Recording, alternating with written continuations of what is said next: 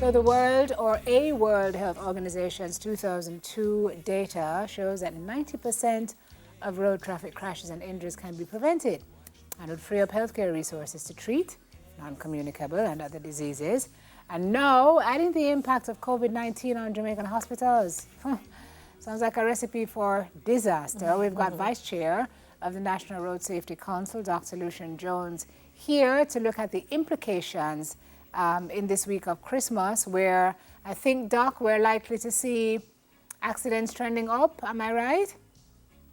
We have accidents trending up. Yeah, but yesterday, the last report, we got a report from the police every morning. It was 453 people have perished on our roads. Precious lives. It is the largest number of people who have died in 1 year since we've been tracking the fatalities from 1985. The council started in 1993, and in that year, we had over 400 dying, but we managed to get it down to 260 in 2012, and now it has been trending up ever since then. Last year it was 433. Yeah, I was asking, where are we over prior year? Boy, Doc, what are we doing wrong? What are we doing wrong? Several things. One, we're driving too fast since. It's as plain and as simple as that. And this goes to the heart of any consideration of road safety. We are working under a policy called the safe systems. And at the heart of the safe systems is safe speeds.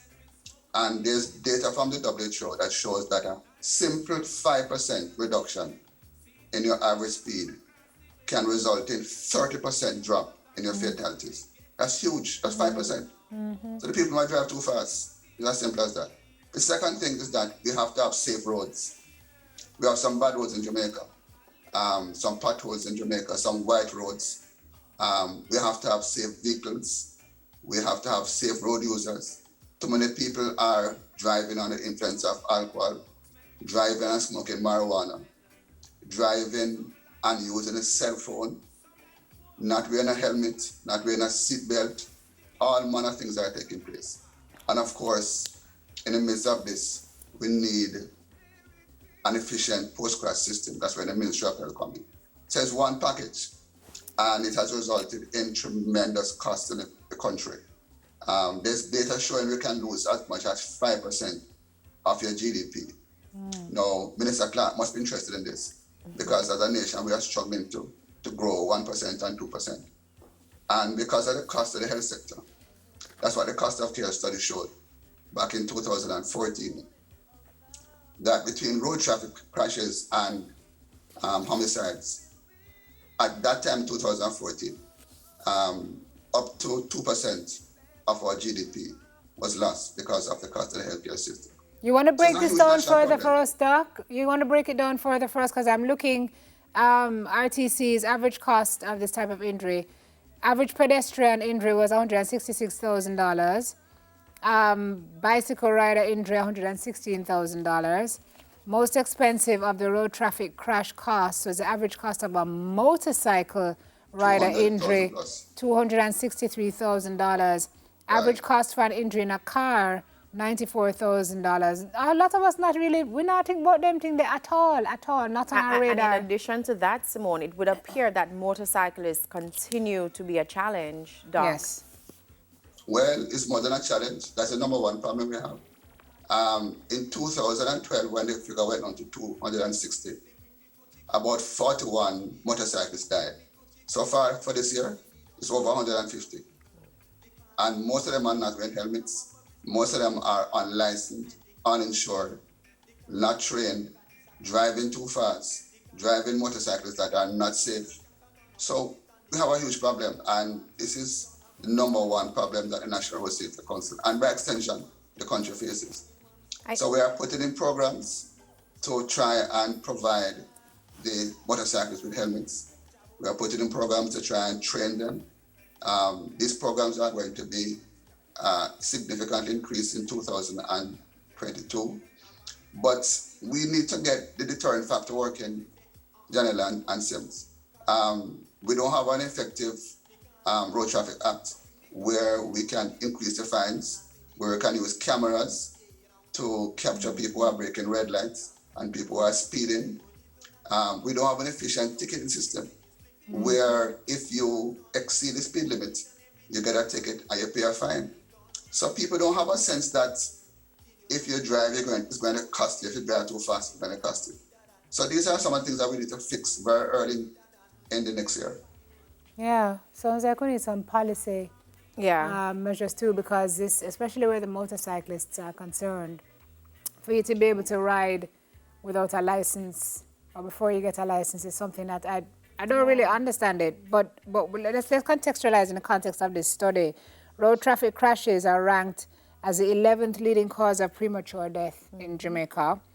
More than 10,000 people are injured annually in road traffic crashes, and the indirect costs associated with these injuries exceed 2.6 billion Jamaican dollars per year. We could be doing so much else with that money.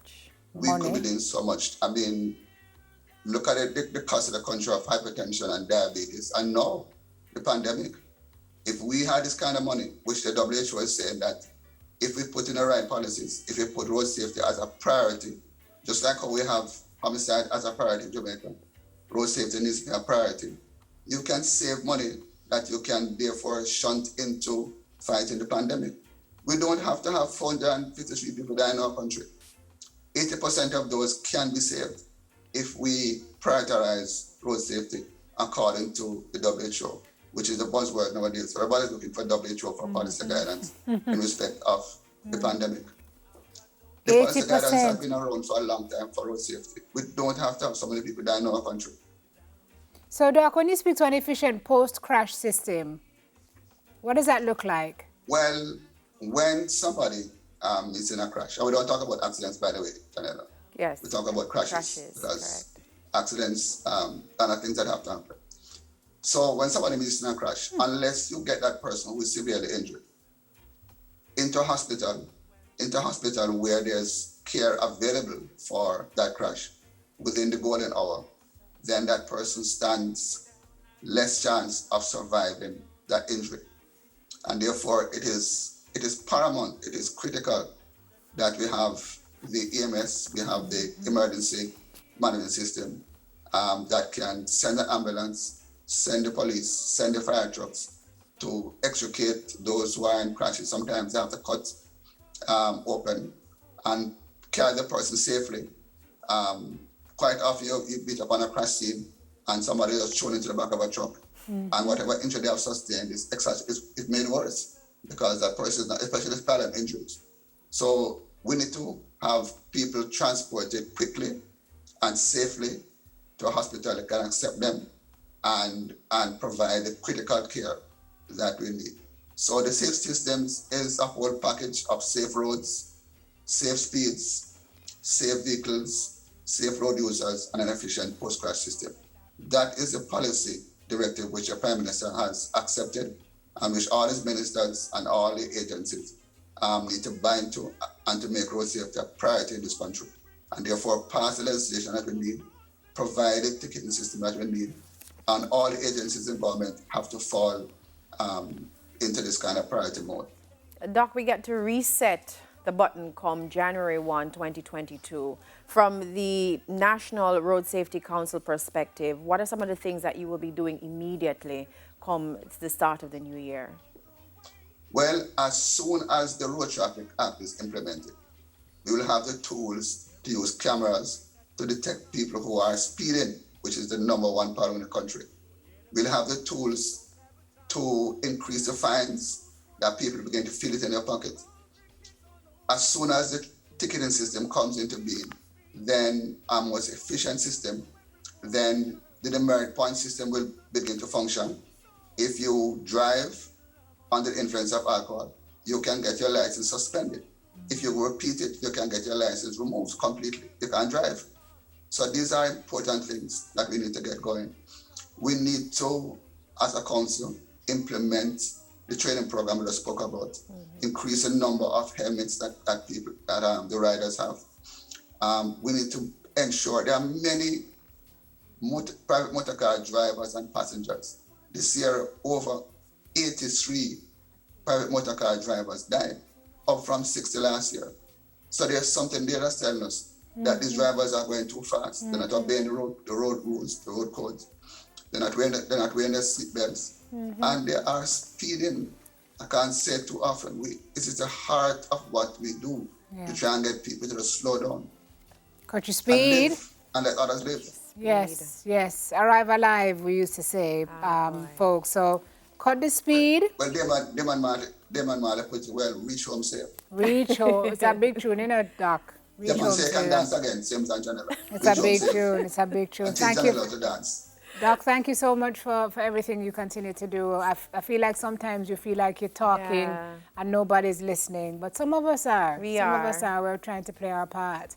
I'm sure you are. Yes. And I can't close without saying what you're singing. Glory to God, hallelujah. Hallelujah. And Merry Christmas to you all. Season's And greetings to Christmas you. everybody. Season's And everybody, greetings. please reach home safe. Of course. Thank you so much, Dr. Lucian Jones, Vice Chairman of National Road Safety Council. And coming up, we find out about the work of Tonic Music.